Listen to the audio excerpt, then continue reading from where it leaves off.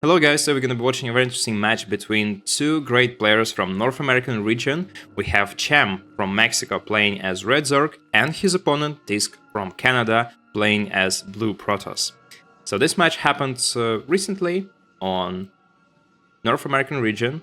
It's ESL Masters Spring and they clashed in playoffs bracket. So they both managed to advance from the group stage rounds and this was a very important match for both of them. We have Golden Arrow as a map. This is one of my favorite maps in the current map pool. This is a very interesting one because of this layout we have here. So you can see the third base and the fourth base and also the second base. They're all grouped together tightly. So it's very easy to defend all these locations and usually you can expect a very interesting macro late game or at least like a mid game match when you have this map on the board. And you can see even the fifth base is very closely placed here. So, for example, as a Protoss player, it's very easy to defend the third location because of this narrow choke point that you can just wall off or just place cannons and batteries, and the same is true for the fourth base. You, of course, have some limited options here. You can attack from this angle, or this angle here, or this one, but still, in general, I would say this is a very defensive map. It just favors that kind of playstyle, and the same is also true for the Zerg race, especially if Cham will be going for lurkers, because, well, that makes this defense even easier against any kind of Protoss aggression. And if we talk about the players, Cham is not the kind of Zerg who likes to play very aggressively from the beginning of the game, like Bly or Dark, those kind of Zerg players who enjoy cheesing and enjoy being, unpredictable, trying to attack with like a third free base economy, something like that, with Roaches, with Queen drops, with Link drops, something like that. Cham is more of a, conservative type of a player, a very standard Zerg who enjoys making a whole lot of drones, maybe like 80, 90 or even 100 drones, and then just making all kinds of units. Mostly those that help you win the game in the late mid-game stage, as we call it. So he doesn't really enjoy very much late game as Serral does, when you have 20 Broodlords, Infestors, Vipers, and you just play a positioning warfare. He's just more about like timing pushes around minute 10 or something close to that. He also plays Lurker sometimes. So he's taking this base at this location instead of this one, which is probably a bit unfortunate, but probably because of the probe that could have blocked that. And you can see Cham, he's not even investing much into defenses right now, so he's only making 4 links right now. He's been cutting corners for the past minute, and DisK is going for his first scouting, rather second scouting, but now he has an adept that can actually deal some damage and just double check that there is the third base and nothing strange is going on. He's also playing a Stargate, so probably gonna be also doing oracles just to put extra pressure on his opponent and try to maybe seize initiative and map control from Cham. So far it's going really well for the Zerg player though, because he manages to defend his position really well. He's not losing any drones. He maybe lost one, but it's not really a big deal so far. And you can see that his army supply is extremely small. He's just making drones and he's making queens.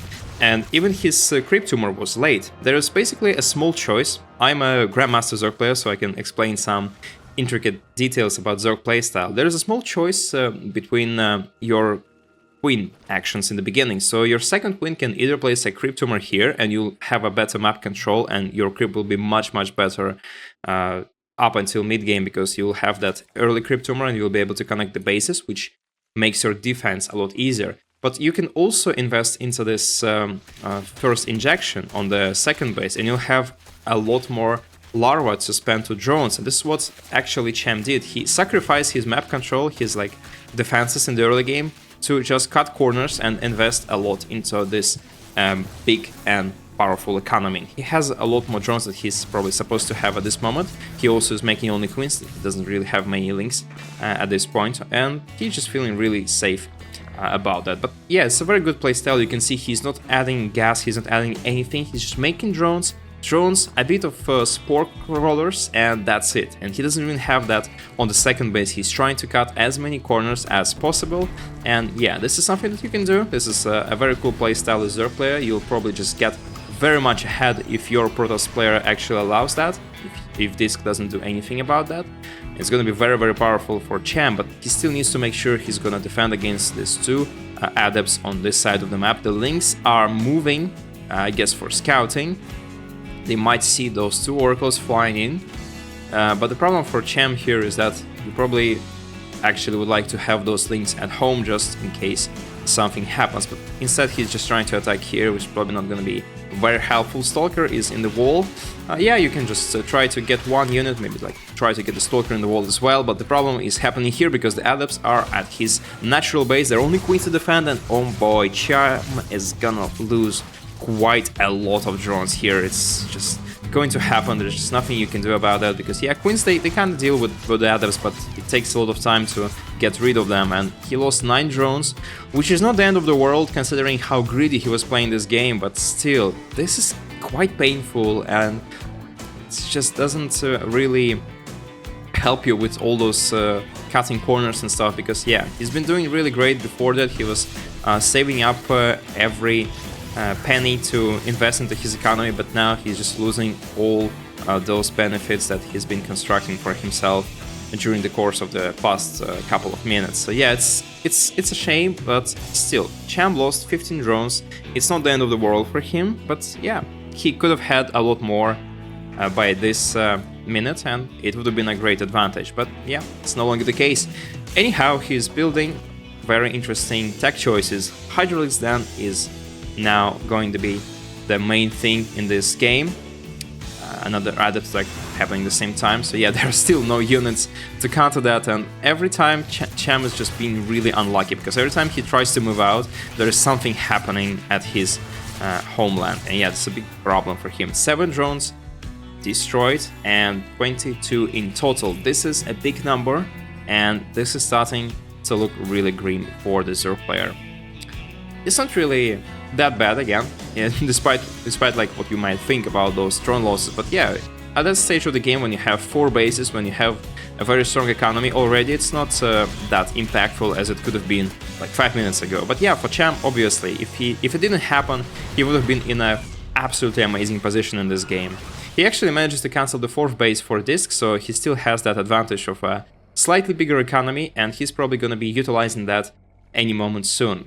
He's going for a very interesting playstyle that's been common 5 years ago. It's not really the case now because, well, I actually don't know why. Maybe because of the maps, because, you know, you can see on this map, as I told you previously, it's very difficult to attack from different angles because of the layout, and you really need like either many banelings or you need to go for lurkers. But Cham is doing something different. He's going for hydras and roaches, and he's also making the +1 upgrade, and he's making really lots of them without actually going for the lurker den, and he's also adding the upgrade for overlord speed, which is a nice one, which is could be used for drops actually.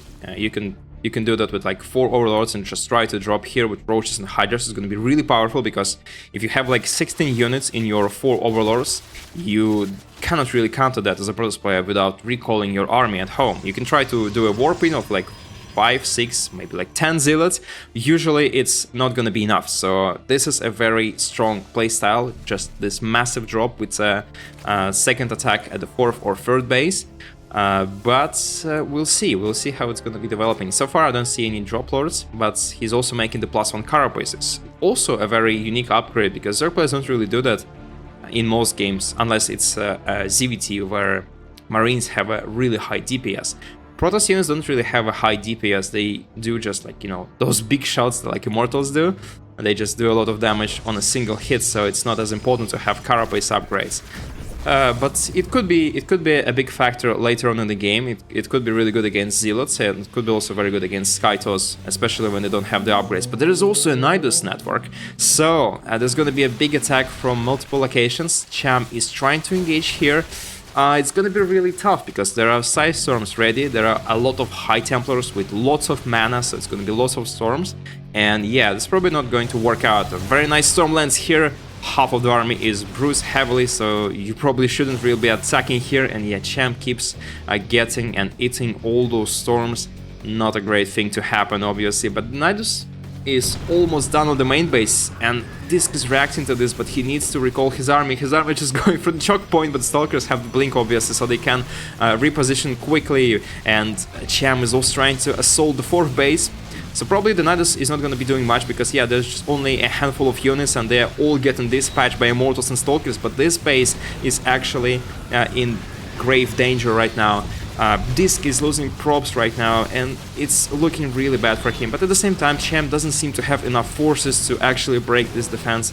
Here the second Nidus is going on the main base, obviously it's not going to be able to actually be impactful because there is already a group of units from the Protoss player, and all in all Cham's attack fails miserably. To be honest, like, yeah, it looked like he was making some progress. He was like destroying probes here. He was trying to make a landing on this position on the main base of Protoss player. But if you just take a look at the resource loss tab, he lost twice as much units and twice as much resources. So it's been really terrible, and mostly because he ate up all those storms that were landing on him previously. This was a very big thing that you need to be very careful about. So yeah, now I think Disk is in a slightly better place. It's not like he has a big advantage or anything like that, because his army is still very much low tech. He has only Stalkers, a couple of Storms. They are very important. They are very good against any type of units basically for the Zerg race, right? But what's gonna be really game-changing are those carriers, and they are being built up. They're gonna be arriving on the battlefield soon, but you need like 6, 7, maybe even 8 to be actually dangerous for the Zerg player, because when you have only like a couple of them, when you have like 3, it's not really that important, right? They do a lot of damage, but it's more about scaling numbers, you know? When you have 30 or 40 interceptors, it just becomes impossible to deal with them. And Cham already knows about that, so he already has 5th base going for him. He's already actually mining from this location, and I think he feels kinda good in this game so far. Even though he lost that fight, he lost some resources, he keeps on expanding, and he's just trying to get like a foothold on all those new locations, adding spores, adding spine crawlers, and just looking forward to playing a proper late game. Also adding +2 upgrades, Lurker Den, and obviously Hive, which is gonna be crucial for him, because he's gonna be needing Vipers, Corruptors, maybe even Broodlords, depending on the army composition of the Protoss player. But Protoss player doesn't really have that much stuff that you need to be... You know, you don't really need Broodlords against this army composition. You need Lurkers, you might need some extra anti-air, because there's gonna be more carriers as the game progresses.